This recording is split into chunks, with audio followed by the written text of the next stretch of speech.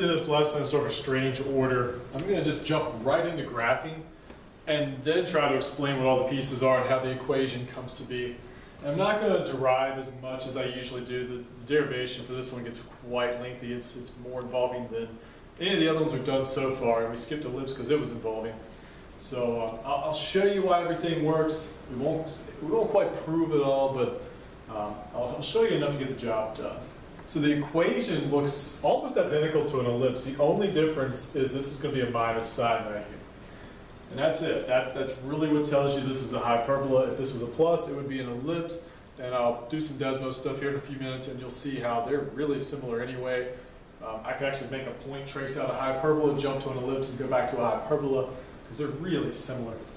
So center point, as always, will come from these two things. It'll be -2, +4. So let's go ahead and get that on here. -2, +4. As far as doing the A and the B, they're going to be really similar. Now, with a hyperbola, A goes with the positive term, and B goes with the negative term.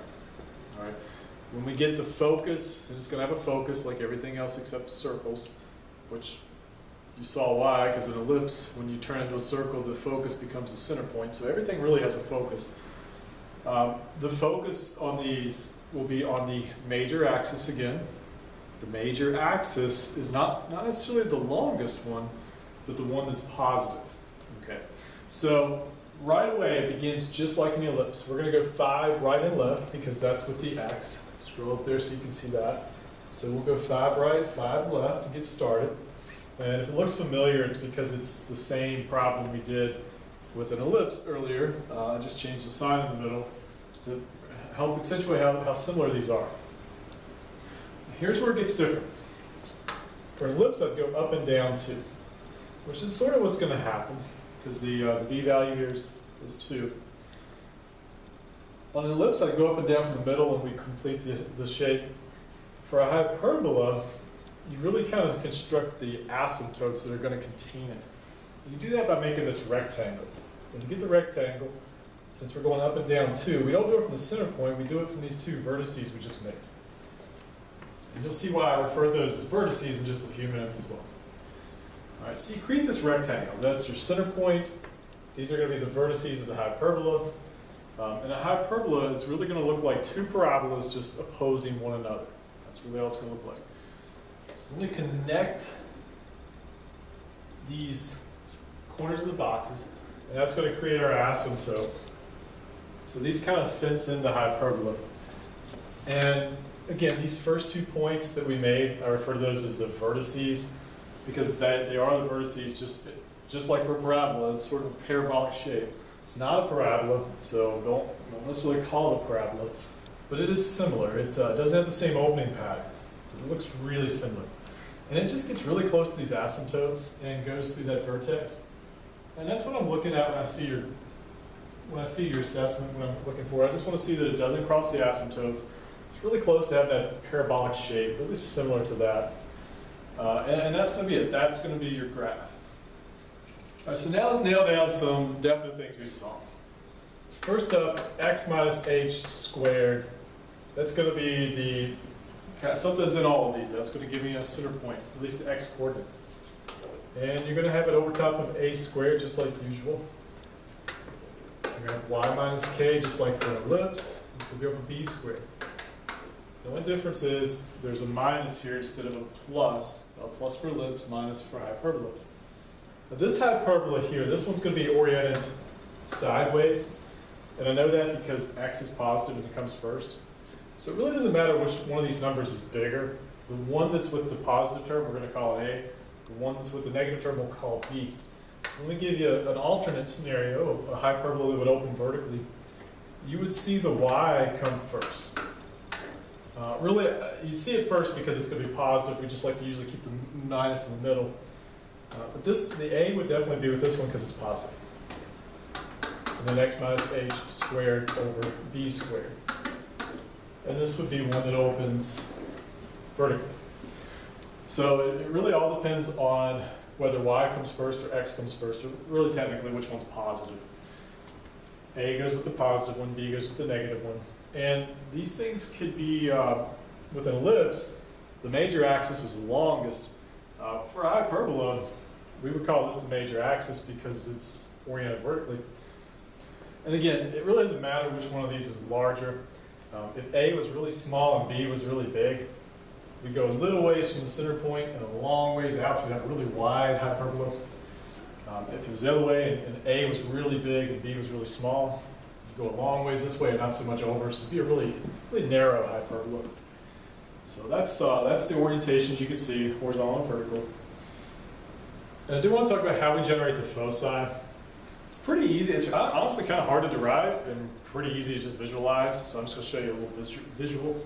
So there's a few things to play with on the Desmos I have. And honestly, there's probably more here than you're going to want to play with. But one thing, I compare this to an ellipse.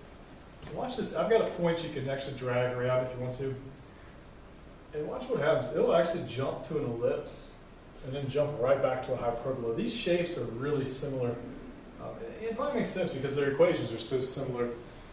And really, there's an ellipse that can fit inside of every hyperbola and pick up exactly where the hyperbola leaves off. I do want to show you kind of the definition of how a hyperbola comes to be, the way we've done everything else. So I've got something pretty similar to how I did for the ellipse. The important stuff here, you've got the distance from each focus to a point on the hyperbola, just like for an ellipse. But this time we're going to do it a little bit differently how we compare things. So there's the distance from one focus to a point on the hyperbola, and we can move that as far as we want. Now here's going to be the line that shows you from the other focus to that same point. So there's those two distances, sort of like what you did for an ellipse. Now next, I'm going to put a line up here that is this same length, but up above to illustrate what's going on. So this length of this line right here is the same as that orange one. It's going to be skewed a little bit because it, well, this one's slanted now, it's not. This one's going to be this distance below it. And the way it works out, for an ellipse, if you added these two distances, they equal 2a. From the equation we've got here, if you subtract these two, you get 2a. So that's what I'm going to try to illustrate. 2a is going to be up next. So this is the distance between the two vertices, and you can slide this thing around, you'll see it change. So there's that distance 2a. If you take the longest distance and subtract the shorter one, you will get 2a. And I arranged them where it's really 2a plus the short one equaling the long one. So that's, if you want a definition, that's really how it comes to be for a hyperbola. And we can play around with that and derive the focus, but again, I'm just going to show you kind of an easy way to get that. If I put a circle that from the center that goes through all the points on that box where the asymptotes are, it turns out that that goes through your foci, both foci as well. So let's kind of think about how that would come to be. If we put this thing right at the origin, then this point, as far as the distance it is going to equal also this distance from 0 to the focus. So here's kind of a quick illustration to make my point. So from a center to any of these points that made up the corner of that rectangle, we'll call that distance 1. And from the center to either of the foci, well, that's going to be C like it usually was for anything else. Well, I guess for parabola it was P, but for an ellipse, keep comparing this to an ellipse is probably the best way to go. So that distance is C. So let's think about how we could find this distance right here. Well, to get that, we went over A and up B when you were first constructing those boxes. So that distance 1 is A squared plus B squared, or at least the distance squared is. So we went over A and then up B, so that's how we can figure out, make a little triangle to distance formula. All right, well C squared has to be the same thing, right? Because if this distance is the same as that one, and without doing a lot of proof, you can visually see that that's what's happening here. So if they've got to be the same, then C squared has to be the same as D1 squared. So pretty quick jump here to get C squared. So the jump here is not too profound. C squared is A squared plus B squared. It made a circle, it's Pythagorean theorem, it's an easy way to remember it. If you just need C, then the square root of A squared plus B squared. So if you're trying to find foci later, you need C, that's how you get it. And if you remember what it was like for an ellipse, it was a squared minus b squared, so this is just the opposite they're added this time. If you keep making these comparisons to ellipses and think about how it's kind of the opposite, that makes it's less to remember and just kind of makes it fall into place. All right, so now the official title page, since we've done a lot of preliminary work. So it's called hyperbola. Center point is, as always, HK. And I've got some of these illustrated down here. So center point's at HK. You have asymptotes that are lines. Now, that's a lot to take in, so let's kind of think about how that would come to be. Now, to find the equation for these asymptotes, I mean, you can remember the thing I put up here. You can just kind of run through this process. Really, the best way to go about it is just think about point-slope form. And let's fill in what we can here. So if I have any point, any xy coordinate that lies on that asymptote, okay? So y minus k will go here. We'll skip m for a moment, x minus h for that part. Now, to get the slope, well, to get the asymptote, you went over a and up b.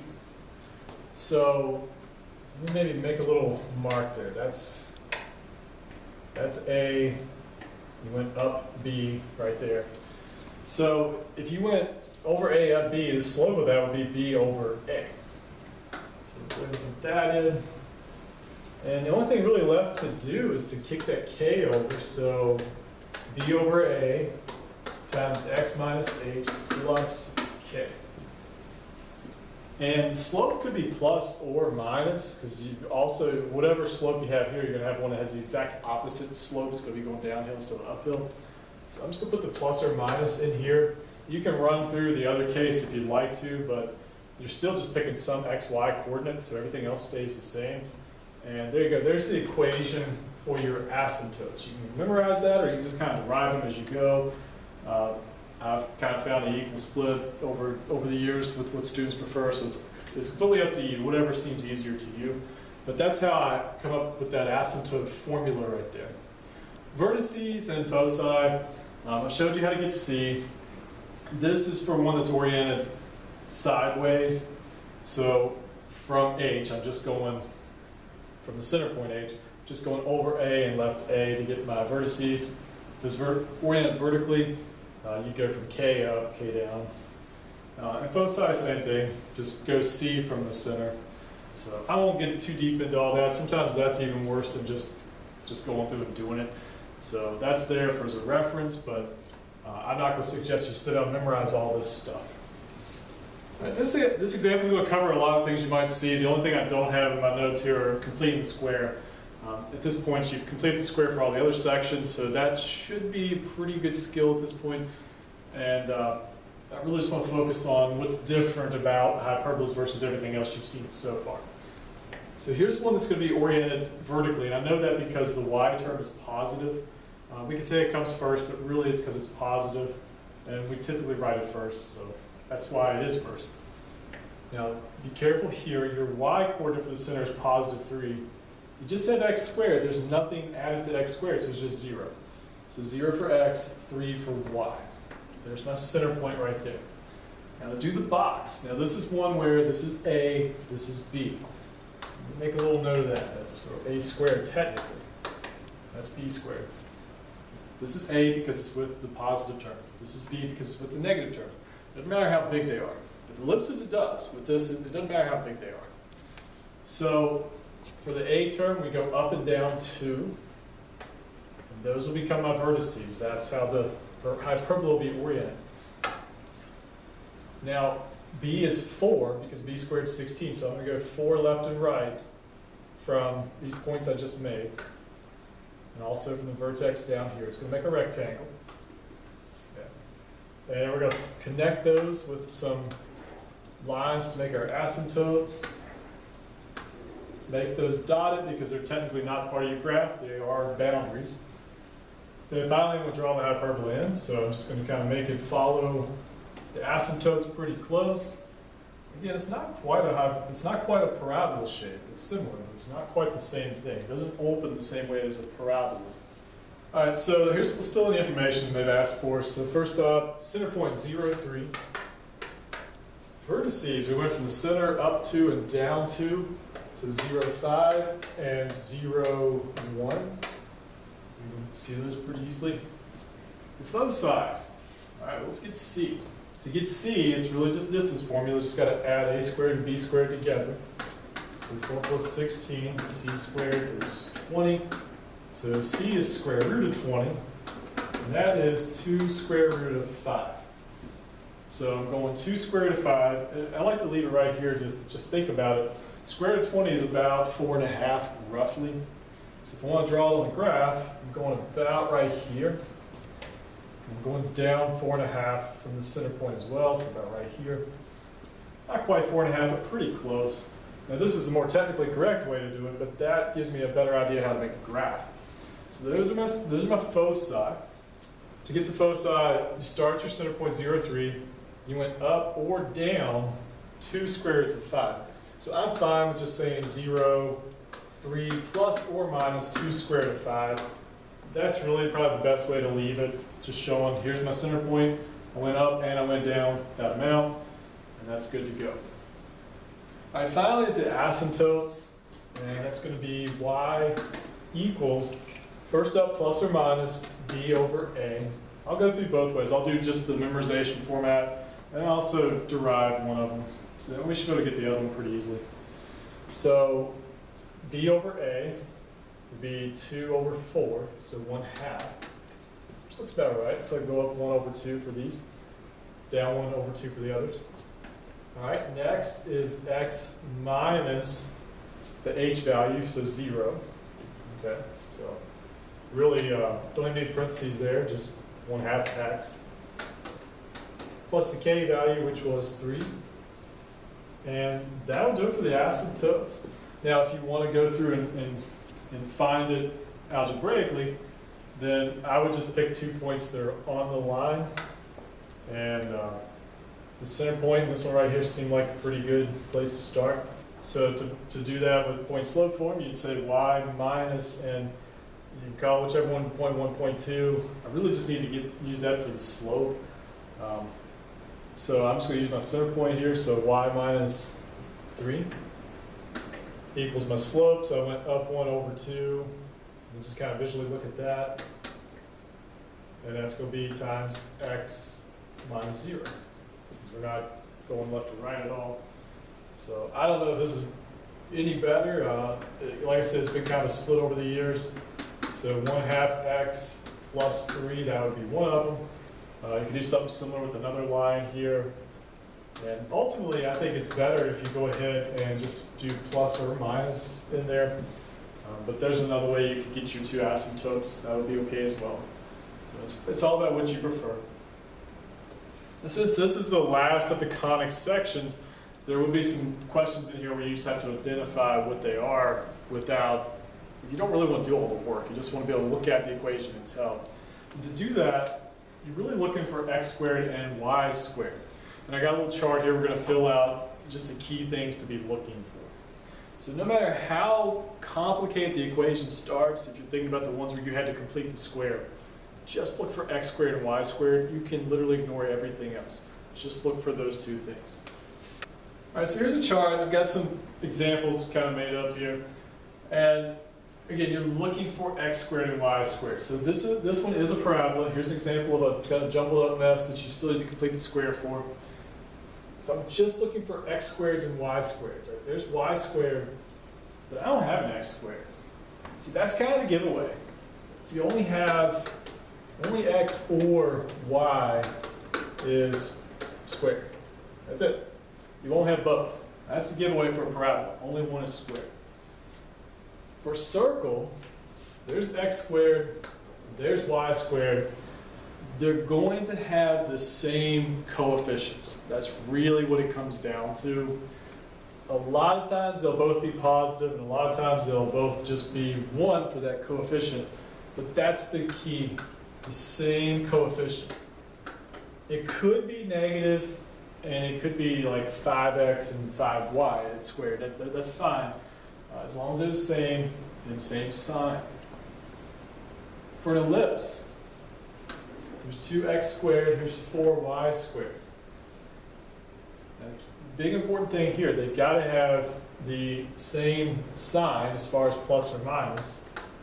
So same sign, and I'll just put parentheses plus or minus. They have to have different coefficients. That's a must. They don't have different coefficients, it's not going to work out. For a hyperbola, so I've got minus 2x squared, I've got 4y squared. They have to have different signs. And that's it. The coefficients can be the same. These could both be 2, they could both be 4, and that wouldn't matter. You can have hyperbolas that basically would have a circle in the middle, and that's okay. So that's the main thing. Do they have different signs? So here's your distinctions. Again, parabola, only one of the terms is squared. You won't have x squared and y squared, only one of those. For a circle, they've got to have the same coefficient. Typically it's 1 and it's positive. But you could make a circle out of coefficients that were both negative terms as long as they're the same. So they've got to have the same coefficient with the x squared and y squared term. For an ellipse, they've got to have different coefficients. Otherwise, it's going to be a circle if they're the same. But the signs both have to be the same. And normally they're going to both be positive, but you could have them both be negative just like with the circle. That's okay. The main thing though, same sign, different coefficients. Finally, hyperbola one more time. You're going to be looking for different signs. Coefficients, irrelevant. Doesn't matter what they are, as long as the signs are different. One's got to be positive, one's got to be negative. If not, there's something else. And then finally, just a couple little fun things. So visualizing the sound of a jet. This is a jet that's breaking the sound barrier, and for some fun physics reasons, you have a vapor cloud that forms around it, but notice the shape of it. It's a cone. So there's a lot of things that are going to happen that involve conic sections around that cone. So if you ever hear a sonic boom, they actually do follow a parabolic path on the ground. So that's a cone intersecting a plane, which makes a, I guess it could be a parabola depending on the way the jet was flying, but typically they make a hyperbola with the ground. And then here's kind of another visualization of the same idea. So it's a jet. I don't know exactly the physics circumstances around it, but because of where it went in front of the sun, there were some things that were visible that wouldn't normally be visible.